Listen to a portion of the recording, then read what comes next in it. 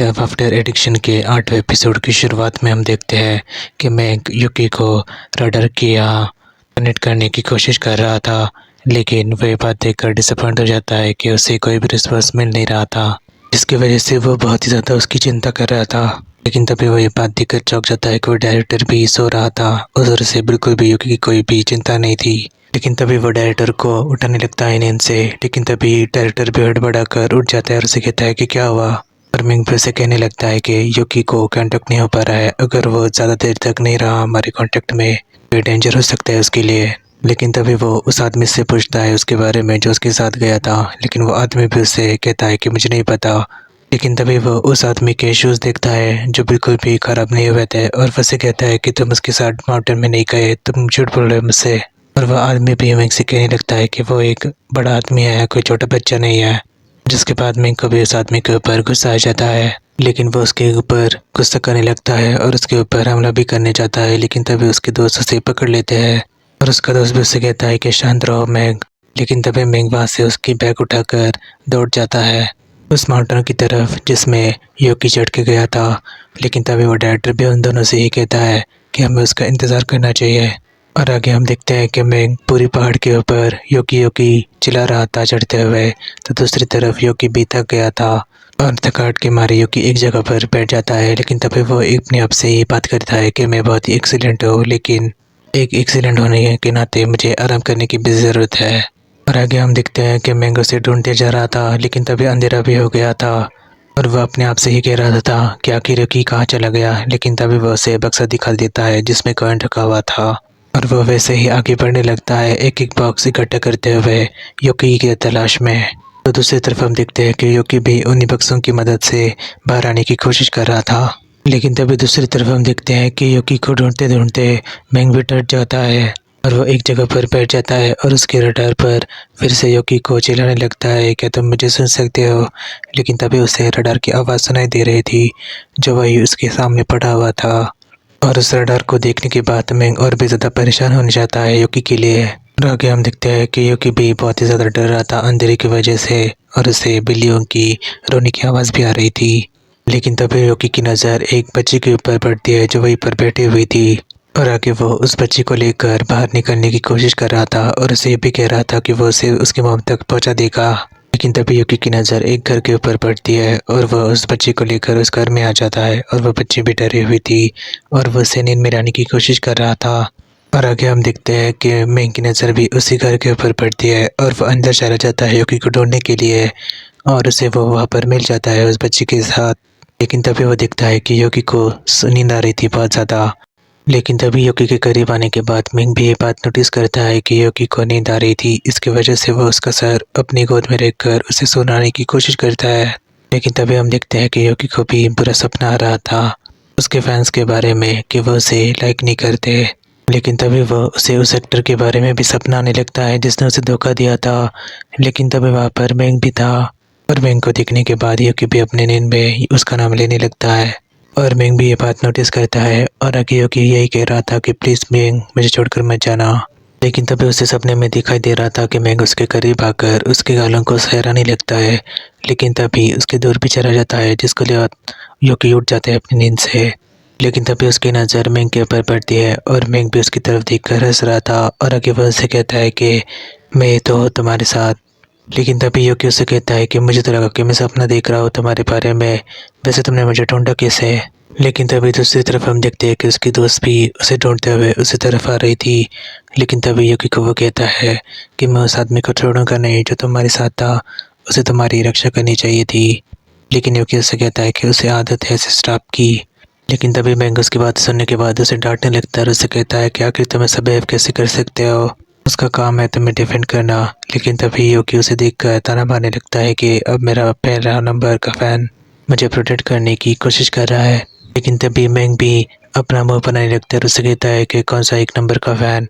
और आगे योकी भी उससे कहने लगता है कि मैं जानना चाहता हूँ कि आखिर तुमने मुझे देख कर लिया ऐसे लाइक करने के लिए। लेकिन तभी आगे मैंग उसे बताने लगता है कि हाई स्कूल में जब हम थे तब तुमने सबके सामने बताया था कि तुम एक थिएटर आर्टिस्ट बनना चाहते हो, जिसको लेकर सभी तुम्हारा मजाक बना रहे थे। लेकिन तभी आगे वो से कहता है कि मैंने उसी वक्त सोच लिया था कि तुम कितने कूल हो और तुम्हारी ड्रीम उनकी जैसे बिल्कुल भी नहीं है और मिंग की बातें सुनने के बाद यूकी भी उससे कहता है तो ये बात सच है कि तुम मेरे फ़ैन हो। लेकिन तभी आके यूकी उससे कहने लगता है कि मैं तुम्हें परेशान नहीं करना चाहता, मैं तुम्हें पसंद करता हूँ, ये सिर्फ मेरे बारे में है। लेकिन तभी वो इमोशनल भी हो गया था और आगे वो मिंग से कहता है कि मैं इस बात को लेकर बिल्कुल भी परेशान नहीं करना चाहता, तो मैं अगर तुम्हें मुझे एक्सेप्ट नहीं करना है तो हम फ्रेंड्स रह सकते हैं। लेकिन तभी यूकी की बातें सुनने के बाद मिंग भी इमोशनल हो गया था और वो आगे बढ़कर अचानक से उससे किस करने लगता है। लेकिन तभी उसकी बेस्ट फ्रेंड वहाँ पर आ जाती है जो उन दोनों को उस हालत में देखकर शॉक होती है। लेकिन तभी वो दूसरी तरफ भी मुड़ जाती है जिसके बाद मिंग फिर से यूकी को किस करने लगता है। लेकिन तभी उसकी बेस्ट फ्रेंड उन दोनों से कहती है कि सभी तुम लोगों को बनाने में काफ़ी ज़्यादा परेशान है। लेकिन दोनों मिंग और यूकी उसकी बातें को इग्नोर कर देते हैं और एक दूसरे को बहुत ही पैशनेटली किस करते रहते हैं। और आगे हम देखते हैं कि वह दोनों ही उसके बेस्ट फ्रेंड के साथ वापस आ जाते हैं उस बच्ची को लेकर, जहाँ पर उसकी माँ भी इंतज़ार कर रही थी उसका एक पुलिस ऑफिसर के साथ। लेकिन तभी उन दोनों को देखने के बाद वो सभी खुश हो जाते हैं और उस बच्चे की माँ भी यूकी से उसे ले लेती है। लेकिन तभी वो बच्ची अपनी माँ की गोद से उठकर फिर से यूकी के पास आ जाती है और उसे वो गोल्ड कॉइन दे देती है। लेकिन तभी यूकी दिखता है कि मिंग भी उसकी तरफ खुशी से देख रहा था हंसते हुए। लेकिन तभी मिंग का दोस्त भी उसे रास्कल बोल देता है जिसके बाद उन दोनों को भी शूट किया जा रहा था और मिंग भी यूकी की तरफ देखकर बहुत ही खुश था। और आगे हम देखते हैं कि मिंग का दोस्त बहुत ही ज़ोर से आगे जाने की कोशिश कर रहा था उस लड़की को बचते हुए जिसे वो पसंद करता है, यानी कि वरान। वरान भी उसके करीब आकर उसे कहता है कि यूकी ठीक है, मैं बहुत ही खुश हूँ इसके बारे में, जिसको लेकर योंग का बेस्ट फ्रेंड भी उसे ताना मारते हुए कहता है कि जब मेग उसके साथ है तो तुम्हें चिंता करने की कोई भी ज़रूरत नहीं है। वरान उससे कहता है कि आखिर तुम क्या बात कर रहे हो। लेकिन तभी मेग का बेस्ट फ्रेंड से बोलने लगता है कि चलो हम दोनों के बीच में जो कुछ भी था इसे ख़त्म करते हैं अभी। वरान भी उसे कहता है कि क्यों। लेकिन तभी मेग का बेस्ट फ्रेंड उसके करीब आते हुए उसे कहता है कि शायद तुम्हें सचमुच में नहीं पता हम दोनों के बारे में कि 2 साल पहले। और आगे हम देखते हैं कि हमें 2 साल पहले के फ्लैशबैक के सीन देखने को मिलता है जहाँ पर वो लड़का रान मैं के बेस्ट फ्रेंड के करीब आ जाता है और उसे कहता है कि सीनियर क्या तुम मेरे साथ ड्रिंक करना पसंद करोगे। जिसके बाद मैं का बेस्ट फ्रेंड भी उसके साथ चला जाता है उसे संभालते हुए। और आगे हम देखते हैं कि मैं का बेस्ट फ्रेंड रान को इसके बारे में बता रहा था कि उस दिन मेरा पहली बार था। और आगे उसे वो कहने लगता है कि उस रात के बाद तुम पूरी तरीके से गायब हो गए थे।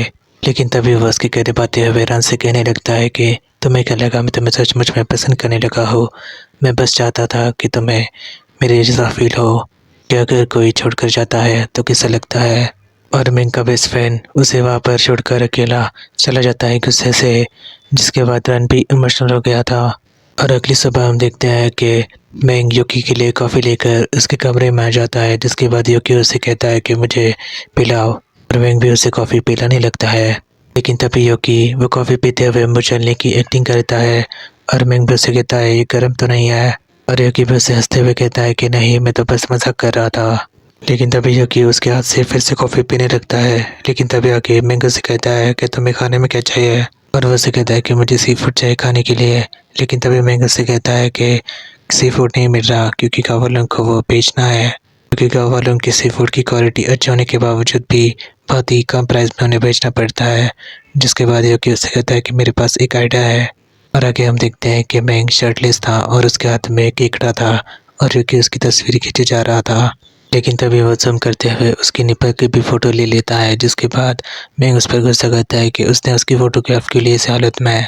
लेकिन तभी यूकी उसे उसका फ़ोन नहीं देता डिलीट करने के लिए फ़ोटोज़ और दौड़ता रहता है और मिंग भी उसकी हाथ से वो फ़ोन लेने की कोशिश करता है। जिसके बाद वो दोनों ही एक दूसरे के साथ मस्ती करने लगता है। लेकिन तभी वो एक दूसरे को सीरियसली भी देखने लगता है और तभी लव आफ्टर एडिक्शन का 8वां एपिसोड वहीं पर खत्म हो जाता है।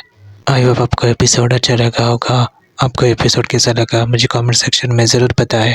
और अगर आप मेरे चैनल पे नए हैं तो ऐसी वीडियोज़ के लिए मेरे चैनल को सब्सक्राइब करना ना भूलें। मिलते हैं अगली वीडियो में।